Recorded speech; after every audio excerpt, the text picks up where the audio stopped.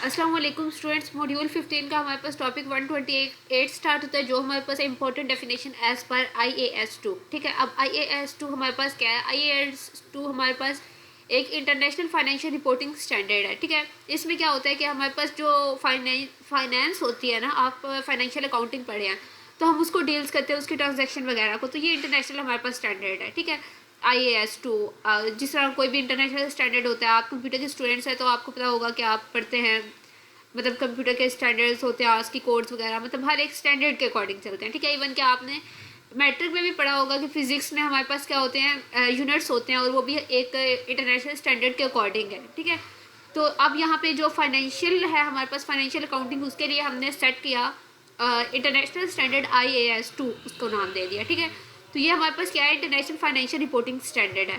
और इसके अकॉर्डिंग हमने क्या किया, फाइनेंशियल अकाउंटिंग की थोड़ी सी डेफिनेशंस है हमने जो जिसमें इसको डिवाइड कर दिया। ठीक है, अब हम उन डेफिनेशन को स्टडी कर लेते हैं। सबसे पहले हमारे पास आ जाता है इन्वेंट्रीज। ठीक है, इन्वेंट्रीज हमने पीछे पढ़ लिया है कि हमारे पास इन्वेंट्रीज क्या होते हैं। इन्वेंट्रीज हमारे पास क्या होती है? एसिड्स होते हैं। ठीक है, और ये वो स्टॉक होता है जो भी हमारी कंपनी में होता है। तो अभी ये हमारा क्या हुआ? एसिड हुआ। ठीक है, तो इसमें हमारे पास क्या होती है? तीन तरह की हमारे पास क्या आती है इन्वेंट्रीज, तीन मतलब फॉर्म्स में। अगर हमारे पास प्रोडक्ट्स हों या फिर स्टॉक हो तो हम उसे कहते हैं, हमारे पास ये इन्वेंट्री है। ठीक है, इन्वेंट्री मतलब हम जो करते हैं वो हमारे पास कुछ रीजंस होती हैं, उसकी बेस पे हमारे पास इन्वेंट्रीज, हम कहते हैं कि ये जो स्टॉक हमने जमा किया हुआ है इसको हम इस कुछ बेस की वजह से, मतलब कुछ पीछे रीजंस की वजह से हम उसको जमा करते हैं। तो एक हमारे पास क्या रीज़न होगी कि हमारा जो इन्वेंट्रीज होते हैं वो हमारे क्या होते हैं? एसिड्स होते हैं, लेकिन हम उनको किस वजह से अपनी कंपनी में रखते हैं, किस वजह से वो हमारे एसिड्स होते हैं। यहाँ पे हमारे पास एक टर्म यूज़ हुई है, ऑर्डिनरी कोर्स ऑफ बिजनेस। ठीक है, ऑर्डिनरी कोर्स ऑफ बिजनेस का क्या मतलब होता है कि इसमें हमारे पास क्या आती है, यहाँ पे हमारे पास यूजुअली ट्रांजैक्शंस जो हम करते हैं वो आ जाते हैं, कस्टम्स आ जाते हैं। कस्टम्स मतलब जो हमारे रूल्स एंड रेगुलेशन होते हैं हमारे बिजनेस में, वो आ जाते हैं। ठीक है, किसी स्पेसिफिक बिजनेस के या फिर किसी स्पेसिफिक फर्म के जो हमारी यूजुअली ट्रांजैक्शंस होती है ना, उसको हम कह देते हैं कि ये हमारे पास ऑर्डिनरी कोर्स ऑफ बिजनेस है। मतलब ये हमारी बिजनेस के ट्रांजैक्शंस को कवर करता है, इसमें सारी की सारी हमारी बिजनेस की ट्रांजैक्शंस आ जाती हैं। ठीक है, आप क्या लेंगे, कोई रूल आपको स्पेसिफिक कर देते हैं। ठीक है, तो यहाँ पे हमारे पास क्या है? For sale in ordinary course of business. Ordinary course of business के में सेल के लिए, ठीक है, सेल के लिए हम क्या कहते हैं? इन्वेंट्रीज को यूज़ करते हैं, या सेल्स के लिए हम कहते हैं कि हमने इनको रखा हुआ है, हम इन्वेंट्रीज को रखा हुआ है, तो उनको ऑब्वियसली हमने सेल के लिए रखा होता है, फिर हम उनको क्या कर देते हैं? सेल कर देते हैं। अब नेक्स्ट हमारे पास क्या है? In the process of production for such sale. अब जो हमने सेल के लिए रखा है, ठीक है, सेल जो हमने करनी है, लेकिन उसके लिए हम क्या करेंगे? पहले उनकी प्रोडक्शन भी करेंगे, उनको बनाएंगे, उनको मैन्युफैक्चर करेंगे।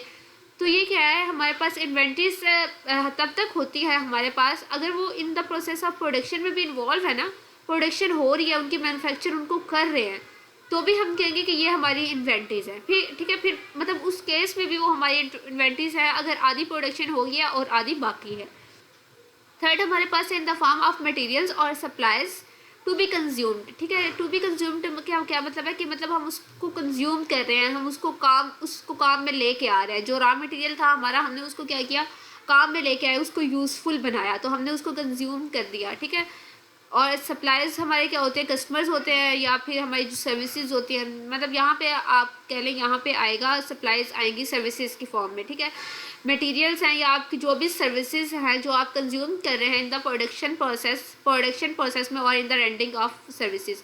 रेंडिंग ऑफ सर्विसेज का मतलब क्या होता है कि जो आप प्रोडक्ट बना रहे हैं या जो सर्विसेज आप देना चाह रहे हैं उसको एंड तक, मतलब उसको उसकी कंप्लीशन तक, उसको मुकम्मल बनने तक, तो उसके के दरमियान क्या जो इन्वेंट्रीज होंगी ना, वो उसके दरमियान में, मतलब प्रोडक्शन के एंड तक, कंप्लीशन तक यूज़ होंगी। किसके लिए? एज अ मटेरियल आप उनको यूज़ कर लोगे। लाइक हमारे पास कोई इन्वेंट्री है, हम ने हर दफ़ा हमने कार की एग्जांपल लिए, तो अभी मैं आपको कार की ही एग्जांपल देती हूँ। अगर आपके पास टायर्स वगैरह पड़े हुए हैं, विंडोज़ वगैरह पड़े हुए हैं, तो वो आपकी इन्वेंट्रीज होगी। ठीक है, रॉ फॉर्म में आपका मटेरियल है तो वो आपकी इन्वेंट्री होगी। तो अब आप क्या कर रहे हो? उसको यूज़ में ला रहे हो, उन इन्वेंट्रीज को आप यूज़ कर रहे हो किसकी प्रोडक्शन में? एक कार की प्रोडक्शन में। ठीक है, एक कार की कंप्लीशन में आप उसको यूज़ कर रहे हो। तो इसको, ये थर्ड पॉइंट में क्या है कि in the form of material हम उनको यूज़ करते हैं। ठीक है, इन्वेंट्रीज जो होती हैं उनको हम यूज़ कैसे करते हैं? वो in the form of material consume होती हैं। ठीक है, इस तीन तरीके से हम क्या करते हैं? इन्वेंट्रीज को यूज़ कर सकते हैं। ये 3 रीज़न्स होती हैं कि हम अपने जो इन्वेंटरीज है उसका स्टॉक क्यों रखते हैं, हम क्यों स्टॉक रखते हैं अपनी फैक्ट्री में या अपने बिजनेस में।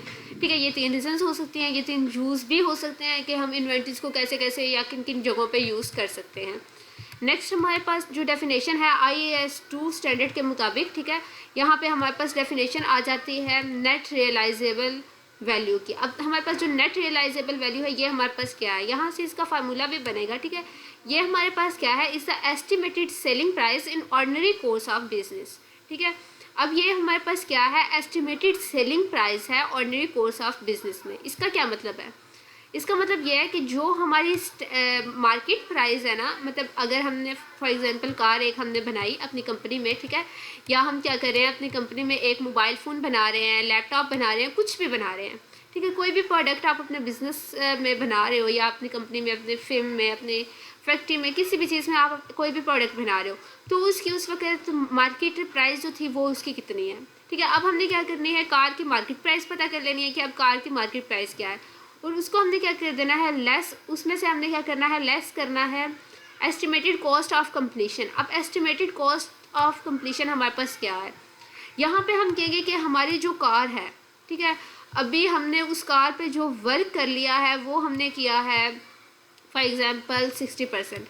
हमने 60% उस पर वर्क कर लिया है, मतलब अभी उसका इंजन लगाना रहता है, उसकी बॉडी को पेंट करना रहता है, उसको हमने मतलब अच्छे से एक मतलब अच्छी शक्ल में उसको ढालना रहता है, या पेंट वगैरह अभी सारा कुछ अभी उसका बाकी है। ठीक है, तो हम कहेंगे कि हमने 60% या चलें 80% कह लें, 80% काम हमने कर लिया है और 80% हमने कर लिया और 20% जो है वो अभी हमारा रहता है। तो अब 80% काम को लेके अगर आप मार्केट में जाते हैं और मार्केट में आप कहते हैं कि अब आप मतलब कोई भी जो कार वर्कशॉप हैं जिनकी, उनके पास आप जाते हैं, उनको अपनी कार दिखाते हैं, उनको कहते हैं कि हमने इसको सेल करना है, तो आप बताएं इसकी क्या प्राइस होगी। उस वक्त मार्केट में कोई भी आपको ये नहीं बता सकेगा कि आपकी कार की कितनी प्राइस है। क्यों, क्योंकि अभी वो पूरी कंप्लीट ही नहीं हुई, अभी सिर्फ आपने उस पर 80% काम किया, अभी 20% काम बाकी है। तो मार्केट में कोई भी ऐसा पर्सन नहीं है जो आपको बता सके कि उस कार की जो प्राइस है वो क्या होगी। ठीक है, तो इसके लिए हम क्या करते हैं, हम जो हमारी मार्केट प्राइस चल रही होती है ना, यहाँ पे हमने क्या कहा कि ये हमारी मार्केट प्राइस है, जो हमारी मार्केट प्राइस चल रही होगी हम उसके अकॉर्डिंग 80% जो हमारी कार बन चुकी है उसकी प्राइस फाइंड कर लेंगे। मतलब हम जो मार्केट प्राइस होगी उसका हम 80% ले लेंगे, तो हमें पता चल जाएगा कि ये हमारी जो कम्प्लीशन है ना, मतलब अभी हाफ कंप्लीशन हुई है, अभी फुल नहीं हुई। एस्टिमेटेड कॉस्ट ऑफ कंप्लीशन ये है कि मतलब फुल करते करते हमारी इतनी कास्ट बन जाएगी, हम एस्टिमेशन लगा लेते हैं। ठीक है, and the estimated cost necessity to make such sale, यहाँ पे estimated cost necessity to make such sale अब और हमें कितनी रिक्वायर है। ठीक है, यहाँ पे ये वाली कॉस्ट क्या होगी, हम क्या करेंगे 80% की मार्केट में मतलब क्या हमारे पास प्राइस है, यहाँ पे हम इसको क्या कर लेंगे, एस्टिमेशन कर लेंगे, और फिर एस्टिमेशन यहाँ पे हम ये लगाएंगे कि जो बाकी 20% काम उस पर रह गया उसकी हमारे पास क्या प्राइस होगी। इन दोनों को हम ऐड करेंगे और इनको माइनस कर देंगे मार्केट प्राइस में से, तो हम कहेंगे कि जो रिमेनिंग वैल्यू आएगी वो हमारे पास क्या आएगी, नेट रियलाइजेबल वैल्यू। ठीक है, अगर अब इसका नेक्स्ट हमारे पास कोई यूज़ होता है, इसको हम फार्मूला वगैरह में यूज़ करते हैं, तो फिर आपको ये फार्मूला काम आएगा, अदरवाइज आपने सिंपल इसकी डेफिनेशन करनी है। और डेफिनेशन में यही है कि नेट रियलाइजेबल वैल्यू जो हमारी होती है वो मार्केट प्राइस में से जब हम हमारी जो कॉस्ट कंप्लीशन होती है या फिर cost necessity to make such sale होती है उसको माइनस कर देते हैं, तो हमारे पास आ जाती है नेट रियलाइजेबल वैल्यू।